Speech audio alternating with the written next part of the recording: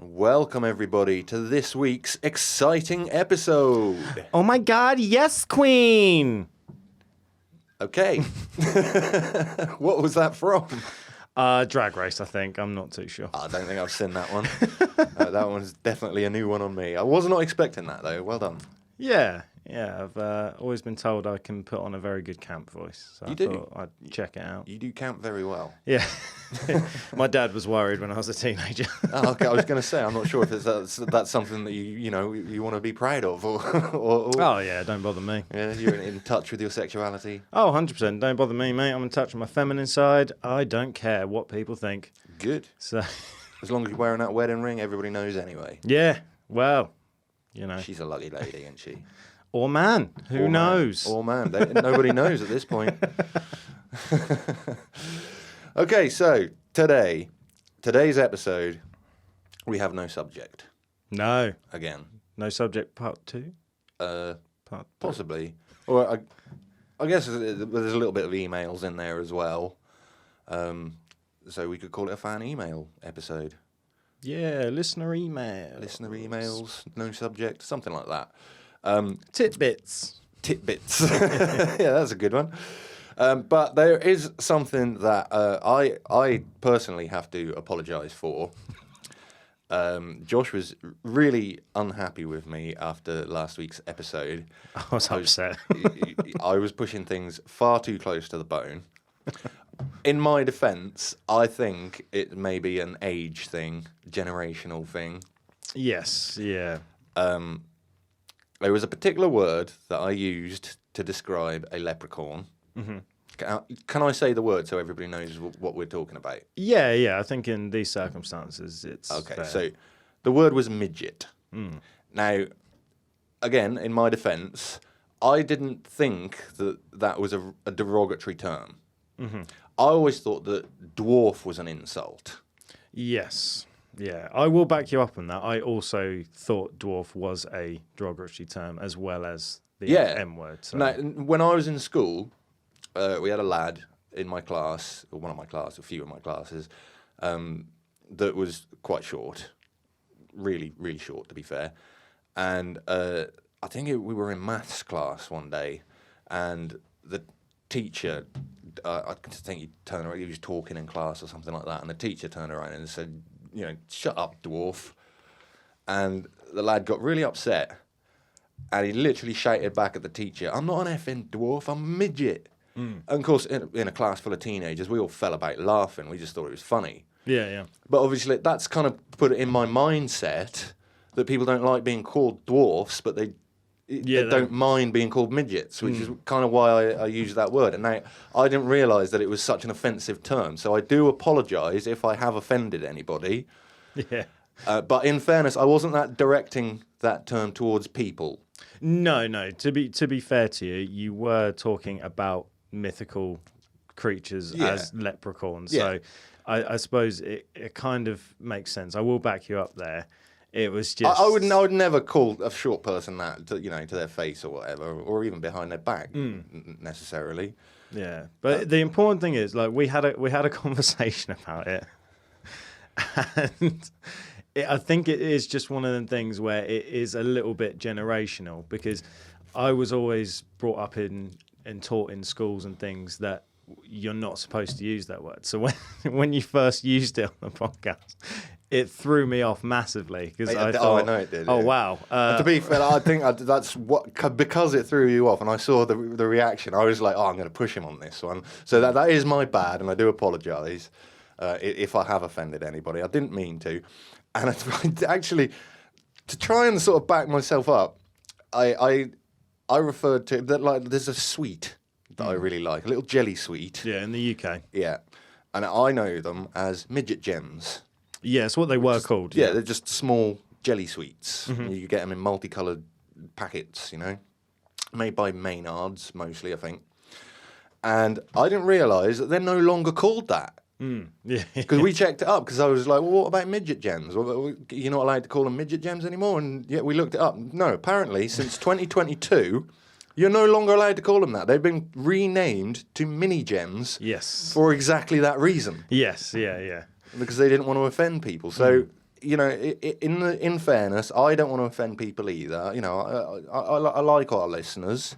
I want to encourage people to listen to us and not push people away because, I'm being offensive or anything. That certainly was not my intention.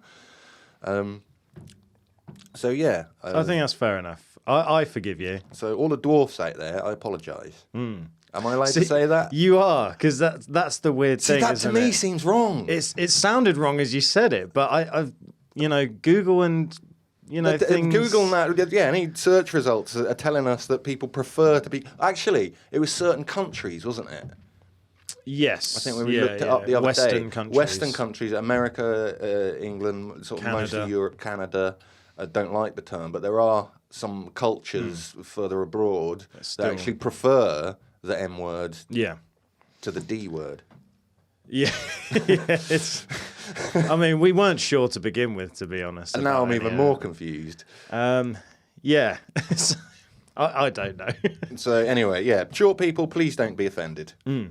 Yeah, we weren't attacking you. We now know little person and dwarf is acceptable. They're the only two terms that I could see online that were acceptable. Right. But this was after the podcast, so yeah. That's fair enough. So that was kind of my bad, everybody. Don't cancel us, please. Yeah, please don't. So now that that's out of the way. Now that that's out of the way, yeah. So, because obviously we only did that episode last week, so we haven't had any feedback from anybody. But we thought we'd wanted to cover that before we start getting the hate mail. Yeah, which we still might get. Yes, yeah. But then before people listen to this one, yeah. Yeah, there will be a week in between where people are free to complain. Yes, yeah. And then everything that they'll complain about and say that we should have done, we've probably already apologised and kind of. At least it looks now like we were right on it. Yeah. To be fair, we were right on it. As soon as we finished the episode, we had a conversation and actually done a bit of research and looked into it, and we're like, oh, okay, right, now we know can't use this, we can use that. And I've got to very carefully edit that episode. Yes. Yeah. I mean, I can't get rid of it completely, but I can at least minimise it. We can make the best out of it. Because I'd say 80% of it was a fantastic episode, in my opinion. Brilliant. So. Absolutely hilarious episode. I loved doing it. I loved making it and that. I haven't edited it yet, but I'll edit it very carefully. I've got to edit out a lot more than what I would normally edit out. But it's all right. If you're listening to this, then they probably wouldn't have noticed any editing. And we hope we haven't offended anybody. And speaking of offending people, we don't obviously want to offend anybody on this podcast. But our recent book dive, well, it was a few weeks ago for us now, obviously. Yeah. The last episode of our latest book dive, the interview with the author, Joe LaRosa, has only just aired this week. And we've started getting some quite polarised feedback on that. Yeah, it's very 50-50, isn't it? A lot of people are saying, yeah, I love it, I want to study it more. Yes. And then a lot of people are saying, no, I just don't believe it. So, I mean, this is why we were careful with our paranormality rating. I know Clive Potter, who put us onto the story to start with, he said he thought it was quite low. He would have gone in the 9s. Clive. But, well, in fact, he knows the guy. He's friends with Joe. He knows him. He even helped Joe with finishing and publishing the book. Oh, that's fair enough. So he's gonna be a big believer in it. But obviously we've got to cater for the non-believers as well, and I think that our paranormality rating was fair. For that reason. I think so. But we did have one person in particular, your friend Jay. Oh yes, Moistly Jay on Discord. Moistly Jay on Discord. He sent you in a voice message. He did. He actually brought up some very good points, and we asked him earlier if he minded us actually broadcasting his message. Yes. And he said yes. He did, yes. He definitely said yes. Yes, 100%. Okay. He said, of course you can, my man. So. Okay. But yeah, just a brief thing. So I was shopping in Marks and Spencer's. Check me out. Oh, looking Doing for a- mini gems. Yeah, I was.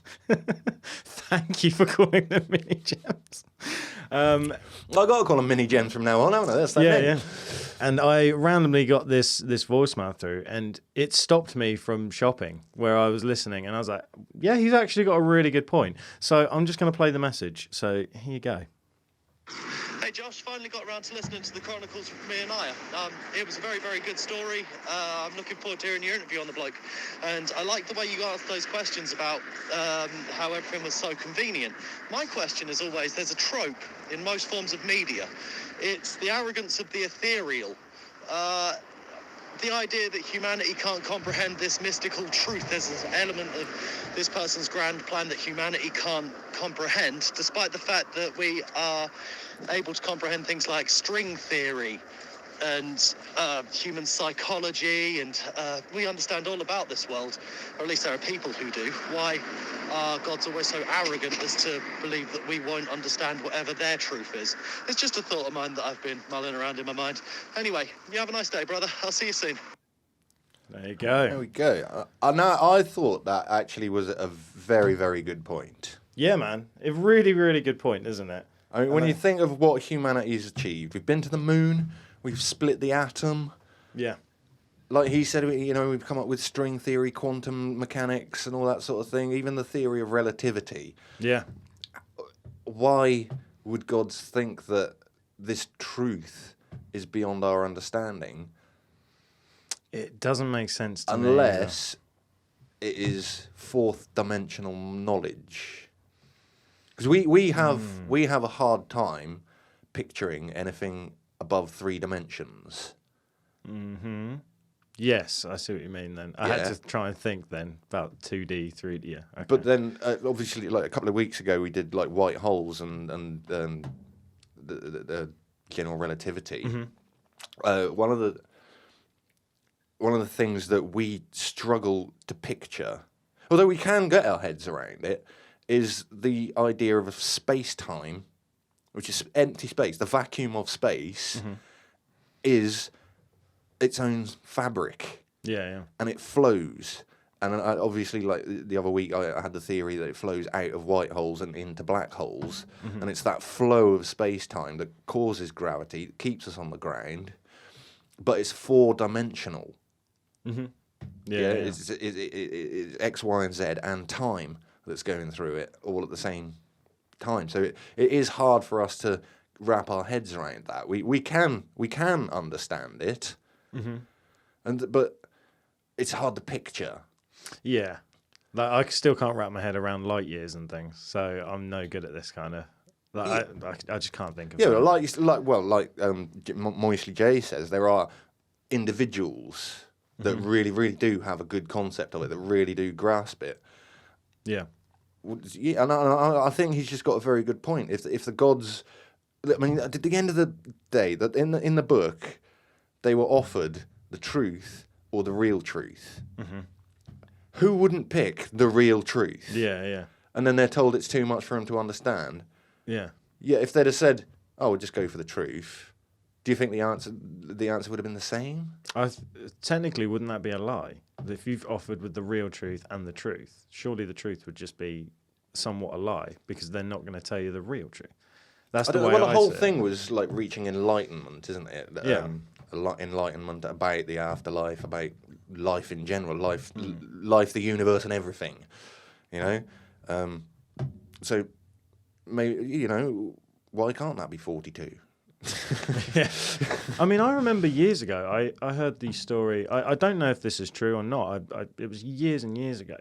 There was a story of a wise monk who reached enlightenment, and he just done constant meditation, and he went something ridiculous like 40 days without any food because he was getting all his energy and things from meditating in sunlight. Right. And I don't know if that's true, but if it is something like that where you reach enlightenment and you can fine tune your body to another dimension and things like that, who are we to say it's true or not true? But that kind of story is interesting because you would logically go, well, no one can survive 40 days without food and drink. No. Do you know what I mean? So I don't know. There is that kind of religious cult, isn't it, that says you can go without food. And they exist without actually eating because, like you say, they absorb energy from the sun or whatever. Yeah. But then I believe the leader of that movement was caught out coming out of McDonald's with a bag full of burgers, and well, I can't remember her name, but someone who was in that movement released a book on how to, live on starving yourself of food. Mm-hmm. I think she was Australian, I can't remember. And a TV company wanted to follow her around for a week, and she lasted like 3 days, and she collapsed. And they had to feed her. Yeah. But yeah, I mean, maybe there is a point to it, is that we can't understand everything in the universe until we have died and we've become an ethereal being ourselves, and we actually experience that fourth dimension for ourselves. Yeah. Maybe that is the key to it, the reason why we can't. Do you know the one theory that I've been seeing a lot lately, whether it's YouTube, TikTok, whatever, and I know some people are like, oh, TikTok. Whenever I see a video on TikTok that I think, nah, that's too good to be true, I always do a little bit of research and type things in on search engines just to cover my tracks, because I'm with TikTok, you have to take everything with a pinch of salt. Oh yeah. The amount of life hacks I've tried and they just don't work. So thanks to that, I always research things, and I keep seeing this theory pop up where there was this man who passed away on like the operating table, and he had an out of body experience, and he said that he was going towards the white light, that everyone knows that kind of story. Yeah. But when he turned round, there was also a black light, so a dark light, a black hole kind of thing. And he had the theory that if you go towards the light, that is the afterlife, and you have all your loved ones and people trying to entice you into going to the white light, and that is it. You can turn around and go back into your body to some extent. Obviously, if you're mangled in a car crash or something, I imagine. Happen, But if you go to the black light, it is the theory of reincarnation, and that is going back into like this system of energy and solar system and universe. And it was just a random theory that I've been seeing pop up everywhere, and I just thought it was quite cool to mention. From this guy who had an OBE. Yeah. Oh, fair play. But Jack's point to gods and everything is a very good one. Just give us a chance. Just tell us the truth, and then if there's mass hysteria, so be it. If our brains explode in our skulls, then that's our fault, isn't it? Things work themselves out, don't they? Yeah. Exactly. So, moving on from that anyway, but sort of moving on from that, but staying within the same vein, we did have a guy write in, Elliot, who wrote in before. Do you remember Elliot, who had that experience? He was burning a photograph, and he had that vision of the hanging lady. He had a weird experience just a few weeks ago, he wrote in to us about, where he'd gone to work. He was the first one in, works in an office. He was the first one in, so he was just making himself a cup of coffee, or brew, as he called it. And he said that in their little sort of kitchenette area, where they make their drinks and whatnot, one of the walls is it's either a glass wall or a big window that you can see into like the rest of the actual office area. And he said that as he was making his morning cup of coffee, or his morning brew, he noticed his boss walked into the room and went towards his desk. So he quickly made a second coffee and walked through into the offices saying, "Oh, you're just in time, boss. I've made you a brew." And he opened the door and there was no one there. It really creeped him out, because he was absolutely 100% sure that his boss had just walked across the room, and to the side of his vision. And he went downstairs and he asked like the cleaning lady or the receptionist or whoever he didn't clarify who it was, but he said, "How many people are in the building at the moment?" She went, 3, including you. And he said, "Has my boss come in?" She said, "No, not yet." So when he told us this, I immediately was like, "Can you let us know if your boss does come in?" Because you might be the first one to know about a terrible accident there. Yeah. But apparently his boss did come in, and he just spent the rest of the day freaked out, not wanting to go in the office. Yeah.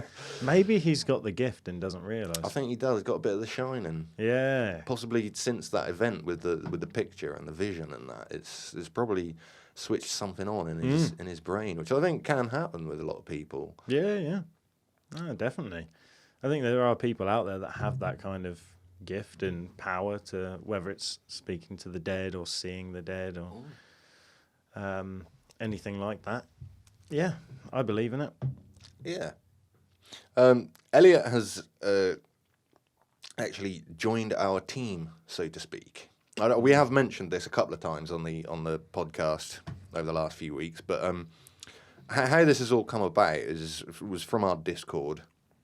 One day I was just going through Discord, and in one of our topic sections, we got a note from a guy called Penguin, who reached out to us saying, if there's anything that I can do to help, I am a Microsoft qualified IT manager, and you guys have helped me out so much in the past. I suffer from like anxiety attacks and whatnot, and whenever I put on your podcast, it helps me calm down, focus, and I'm less anxious. So I said, I sent him a private message saying, look, I don't really know what an IT manager does. So what are you proposing to help to do? And he was like, well, I could do all sorts. I noticed you struggled with your live stream the other week. I can teach you how to do that. You still got to do that, Penguin. He's started making us a website. I mean, this is all voluntary as well. He just wanted to give something back. Yeah, very nice of him. Really nice guy. And in fairness, it helped. His jumping on board like that helped push me. Yeah. Because like the last couple of months, or the last few months, all the editing, and I have to do all this in my spare time and stuff. I've been like, I'll put it off. I'll do that at the weekend. And sometimes I sort of rush it a little bit, do it last minute, and then upload it and whatnot, and think, that's good enough. But he's actually helped me to focus and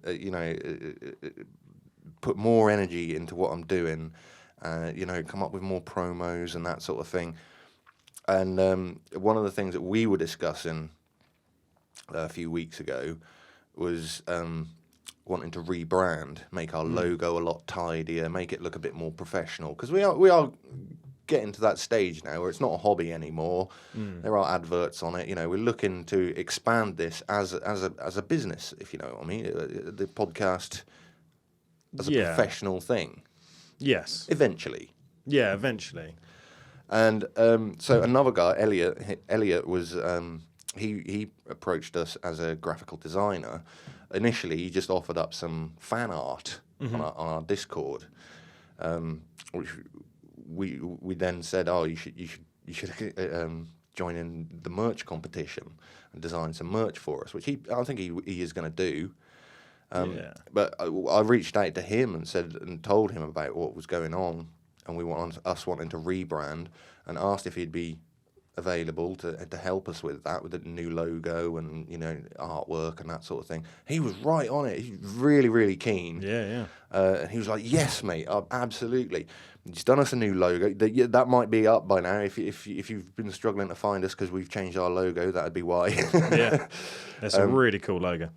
But yeah, I mean, and these guys are doing it. Like, we're not paying them.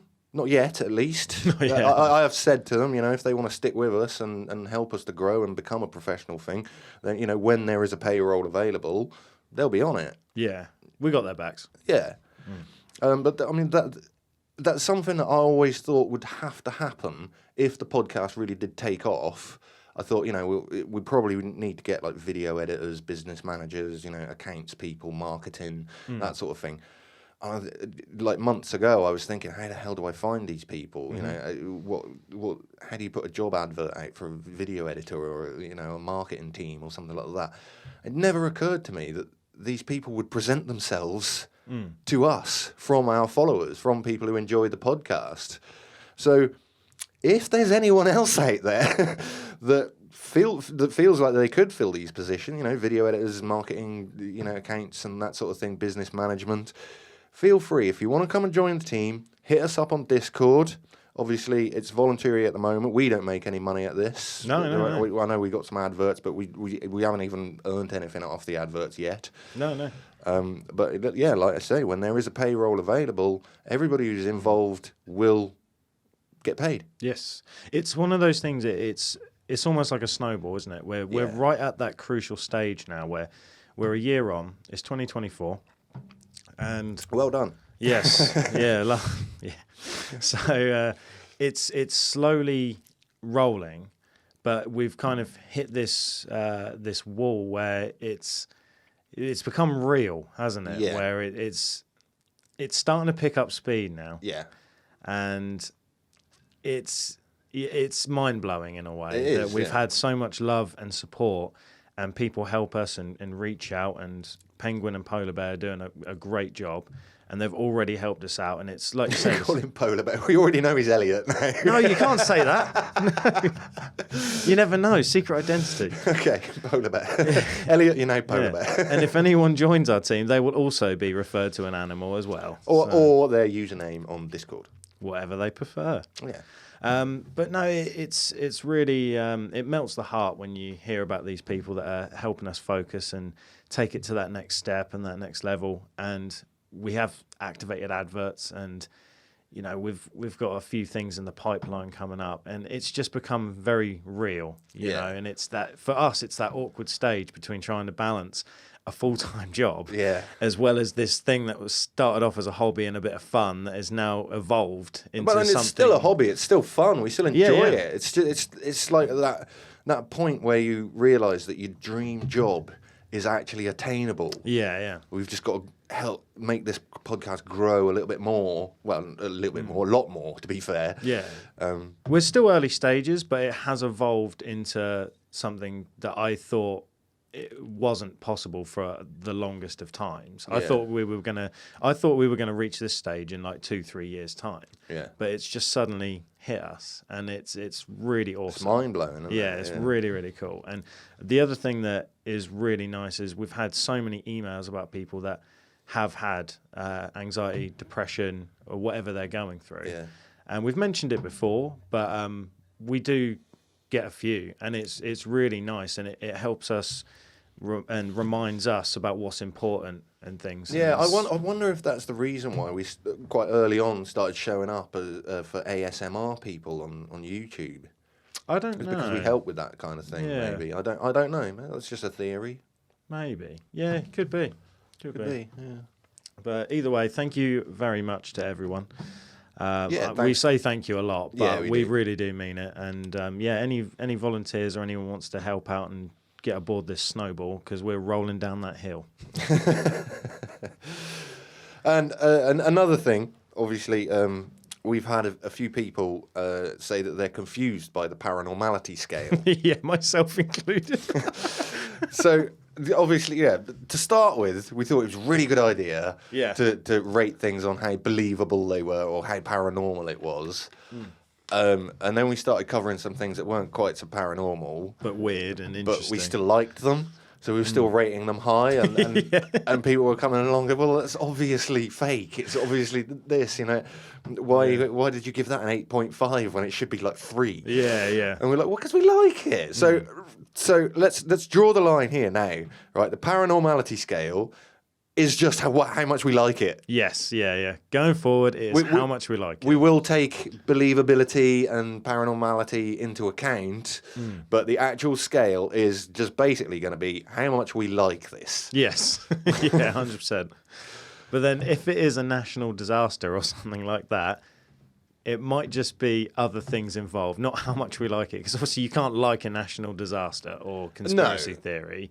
But like JFK, for example, you've got to kind of rate it on the evidence and the research. Yeah, well, that's what I mean. It's not how much we laugh at it, or it's how much we enjoy the conspiracy or enjoy the experience of researching it and that. Yeah. So that for everybody that's confused about the paranormality scale, so are we. Yeah. So we're just making that the rule now. For the longest time, we just carried on with it. Like, I don't know what we're doing, but we like it. So now it's officially how much we like how it. much we like it, yeah. And then other people can join in and tell us how much they rate things. And then we'll know, oh, they've scored it an 8. They must have liked that episode. And also, that would help us for the future. So if we do an episode and cover a topic and everyone rates it a 2 or a 3, we're like, right, okay, let's not do that style topic for a while or whatever. So, well, let's put it out there. Well, you can always write to us and send in topics that you think that we could cover. Mm-hmm. You know, quite often there are current events going on that you'll find on TikTok or whatever, or I'll read in the news or something. We don't know if it'll make a full podcast or not. Mm-hmm. Last year, there was reports of these weird spheres. Were they metal? I think they were metal spheres. Yeah, metal spheres. Appearing on beaches. Yeah. I think the first one was on Australian beach or possibly Japan, then Australia. Yeah, something like that. They were all over the world, though, weren't they? Just for a few weeks, they just started appearing. And there wasn't really much media coverage of it. You did see a few posts here and there. Yeah, and it was a weird one. We put them down on the list, but then couldn't really find out enough about them to make a full episode. No. But that was weird. I saw two things about it. One in favour of them being paranormal, and the other one with a logical explanation. So the first one was the paranormal side of it was obviously it's aliens delivering things, and we can't get inside the spheres, but it's out of this world. And then the other one was it was a promotion for a sci-fi film. I'll tell you what, it's a bloody good promotion. Yeah. So they're the two stories I've heard about it. But I don't know, because they looked pretty darn cool with like hieroglyphics and things on the sides. And there was like indentations and stuff. So it's a bit... Yeah, very ornate, weren't they? Yeah. And also, surely... Well, I don't know, actually. I was thinking someone would have seen them... If it was a promotional thing, you'd have thought someone would have been spotted putting it in position. Yeah. Because no one knows how they ended up on these beaches. I mean, you assume that they wash up, but... Kind of 4-ton metal ball wash up out of the ocean that easily? Yeah, you'd think it'd sink to the bottom, wouldn't you? Yeah. Yeah, interesting one. And like another one that you mentioned to me earlier about this new US drone. Oh, yes. I've not heard about this one, so this must be a fairly recent thing. I saw a video of it maybe 2-3 days ago. Yeah. And it freaked me out. So I don't know that much on it. It was just it was another podcast talking about it, because it was another conspiracy podcast, and they all had tinfoil hats on and stuff. And he just mentioned it, so I thought, well, I think our listeners deserve to hear about this because it's kind of freaky. It freaked me out. So essentially, the US government have a drone that is shaped like the old stealth bombers, but it's kind of like white and grey. Mm-hmm. It's a lot smaller, obviously, and it has cameras on the top that screen the sky, and it has like screens and mirrors underneath, so it basically just goes through. So converts the sky, films the sky, and then projects it on the screen on the bottom. Yeah. So if you're looking up at it, it's completely all naked. you see is sky, naked to the human eye. We can't actually see it. I gotta say, I think you'd see some kind of distortion, wouldn't you? Surely, you know, like Predator, the old Predator movie, that chameleon effect that they developed for that. I would imagine that you'd see something like that. So you remember Top Gear? Top Gear did something. Richard Hammond did something similar with a van in Top Gear, where he put massive TV screens. And he made the invisible car. He was driving it around the streets. Do you remember? Oh, I actually don't remember that. Do you know? It's definitely on an episode. Was it Top Gear or was it Grand Tour? I can't remember now. But yeah, it was. You do get at least a little bit of distortion where it's not quite sized up right or something. But it does look, for all intents and purposes, pretty much invisible. I mean, the only one I've seen is there's guys that have they want to replicate speeder bikes from Star Wars. So I've seen that. Yeah, with the jet hose. Oh, the chrome. They have chrome covering the wheels, and it's like that far off the ground. So when it's driving along, it's just reflecting the road. So it actually looks like it's hovering. What I've seen is people do it flying around on lakes. Because you know that you can get those water jet packs where you can you stand on a thing and it sucks the water and then blows jet packs out from your feet and you can basically float around over the top of the lake. Someone built speeder bikes with that technology in it. Oh, that's pretty darn cool. So it cool. sucks the water up through a hose and then just out through the bottom of the speeder bike. And there's these dudes just flying around the lake. I'll have to show you. That is awesome. Yeah. But I think the reason that the drone is naked to the eye is because obviously it's so far up in the sky that we wouldn't be able to see this distortion. Oh, yeah, I suppose, the distortion would be fairly negligible then, wouldn't it? But it did freak me out, man, when I saw it. Yeah. Yeah. Well, no one's got actual pictures, but there was what's the word? I was about to say a reincarnation. You know, dramatization kind of thing? Yeah, it's yeah. like a little short video of... well, there was some stock footage of photos, but then most of it was just like a... I was about to say reincarnation again. Dramatization, reconstruction. That's the one of what it would do and how it would look and things like that. But it was a little bit freaky that technology has got to that point now where you can make yourself invisible or make things invisible. Oh, fair play. Yeah, and that reminds me of the other current event thing. Have you heard about the new Mandela effect theory? No, I haven't. You mentioned this earlier just before we started the podcast, Yeah. and I wrote it down. But no, I haven't. I've not heard a new one. Again, I only saw this a couple of days ago. So it's not been proven or anything like that. Obviously, this is all speculation and theory. But there was one guy who had the thought that maybe we're not all going crazy. So there was a woman who was going to therapy saying that I know that Fruit of the Loom had a cornucopia on it. You know, the funnel things that Thanksgiving have with the fruits in. Yeah, I know what you mean, yeah. So she was adamant about it. She went to therapy about it and was like, I'm going crazy because I know. Yeah, I think they did. She continued, and this is the thing. If you Google it, you speak to people online and things, they're making you believe that, no, Fruit of the Loom. And then Fruit of the Loom even had all of their logos for over the years, and there was no cornucopia. Not at all. No? She went through all of her old clothes. Lo and behold, she found one with a cornucopia, which got this guy thinking that maybe this is much bigger than we all think. And the Mandela effect is just governments and people higher up trying to see if they can get away with changing history. And if they can change these little things without us noticing and making us think that, you know, they're gaslighting us to the extreme. Yeah.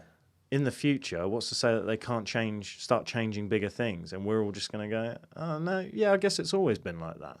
So it's just another little theory that this guy came out with. And now I can't stop thinking about it because she actually had the proof. That's the difference. Well, that's the thing. We've seen, I think there was that with the Berenstain Bears. Mm-hmm. Yeah, Someone actually found a video with the wrong spelling on it and stuff like so. And the same with the Sinbad. Or does it actually confirm the multi-dimensional theory, the dimensional shift theory? There is that theory. But the Sinbad one is even crazier as well. I know we've already covered Mandela effects, but I don't even know if we mentioned that in the episode. But there's a famous American comedian called Sinbad. Yeah. And there's so many people have said they've sat down when they were a kid and watched Sinbad in like a genie movie. Yeah, yeah. And even himself has come out and said, no, I never shot that video. And then someone had it on like old VHS, and they were like, "How do you explain this?" Yeah. But they're still sticking to it, saying, "No, it never happened." So it's nuts to me that this theory has legs for me personally. But it's just interesting. I've got goosebumps even talking about it. Then that maybe they're trying to brainwash us. I don't know. I don't want to get too crazy in conspiracy. I don't want to go all Truman on everyone. But I don't know. It's just worth mentioning. Yeah. So the only other thing that I really wanted to bring up from past episodes, or episodes that we've recently covered, because now I've apologised to small people for the leprechauns, and we've done Mandela effects and all that sort of thing. Now, we also had some quite polarised messages from the reptilians. Yeah. Specifically, some people saying, was Pirate high when he gave that paranormality rating? Yeah.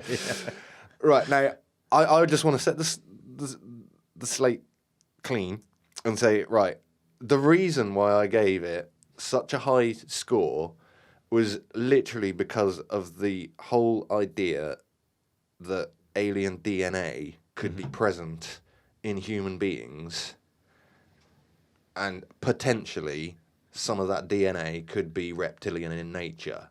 Yes. I wasn't giving it a high score because I believe in shape-shifting aliens running the country and, that sort of thing. That to me is still barely believable. Mm-hmm. Yeah. It's unbelievable, really.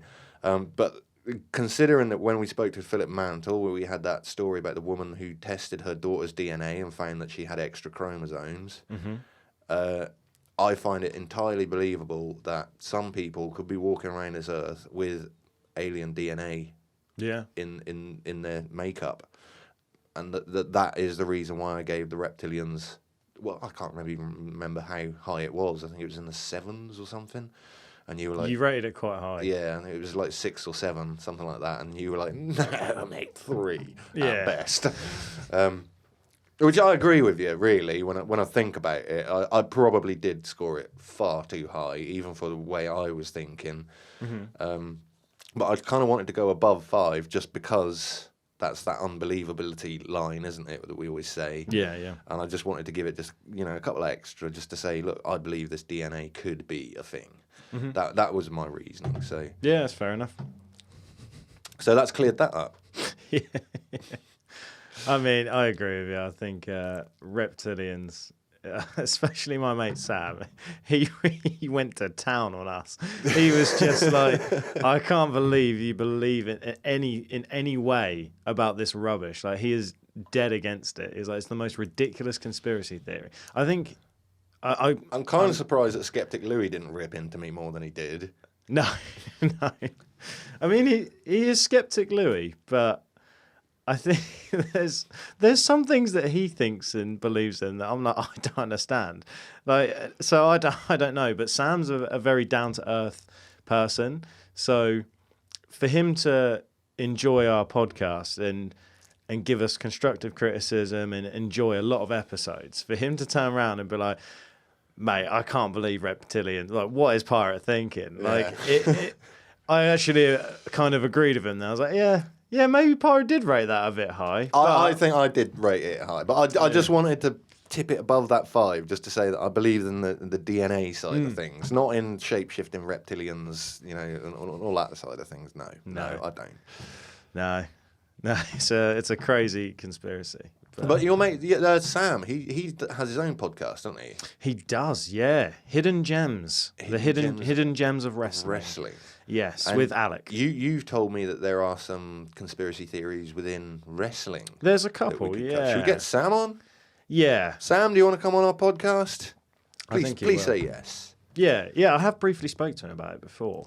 The only thing I'm thinking is some of the couple of conspiracy theories that I know are quite dark. They're quite heavy. Right. They involve murder and things. Ooh. So, I mean, technically it would be more of a true crime podcast, but for one of them, I know there's a little bit of Satanism involved. Oh, no, it's definitely down our alley. So we can cover it, but...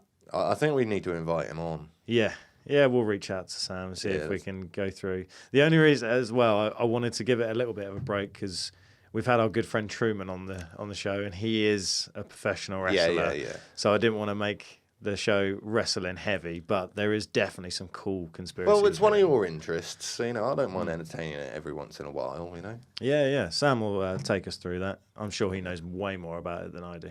Yeah, that's cool. Yeah. So anyway, we've actually run further over time than I thought we would. I thought this was going to be a short episode, and we're now over 40 minutes. So nice. We're doing well. But yeah, I mean, if you want to at home. If you think that you can think of topics that you'd think we'd find interesting, even books, if you want us to book dive, we're probably not going to do that many book dives no. From now. We've got a lot of interest in authors being interviewed. Yeah, obviously from Philip Mantle, he's constantly sending us emails saying interview this person. So we might do a few of that going forward. I think with the book dives, probably once, maybe twice a year, we'll do that. But the interviews with the authors, we're happy to do, but we're not necessarily going to read the book and do like 3-4 parts. Yeah, It'll be it takes so much time. Yeah. And, you know, everybody at home's got to wait a week in between the parts. And, you know, it's like a month before you actually get the entire story, which is kind of frustrating. So we're going to keep that to sort of a minimum from now on. I'm not saying that we're going to stop doing it, but... Yeah, and some of our listeners ratted me out, and they caught me falling asleep in part 2. So, yeah. So you were very quiet in part 2. That's how I feel about book dives. We've got to do it carefully, but it's different because the well done. Hey, you haven't done that for a while. A good job. It's at the end of the pod. The vertical plane, the Doddleston messages. It was slightly different because it was just a different story, but I could tell you were passionate about it and stuff. Do you know what I mean? Whereas the Chronicles of Maya Night, although it was an interesting story and there's a lot to it, it's also a lot of information. Do you know what I mean? It's a lot to take in, whereas it was, a lot to digest, Yeah, so it's just a different kind of story in a way. Yeah. So anyway, that's our explanation for a couple of things that we've maybe messed up with over the last 6 months worth of, probably not even that, 6 months worth of episodes. Yeah, I'm sure there'll be more. And this is the direction that we're going. Hopefully that's explained the paranormality scale. Yep. And we're putting ourselves out there. If you want to join our crew, let us know. And I guess there's no scale this week, so I can simply say, come and find us on Discord or send us an email. And I hope that you enjoy the show for the next year as much as you did for the last year. Yeah, big things coming. Big things, very big. And with that, I've been Pirate. I'm Josh. This has been Paranormality UK. Ta-ta. Ta-ta!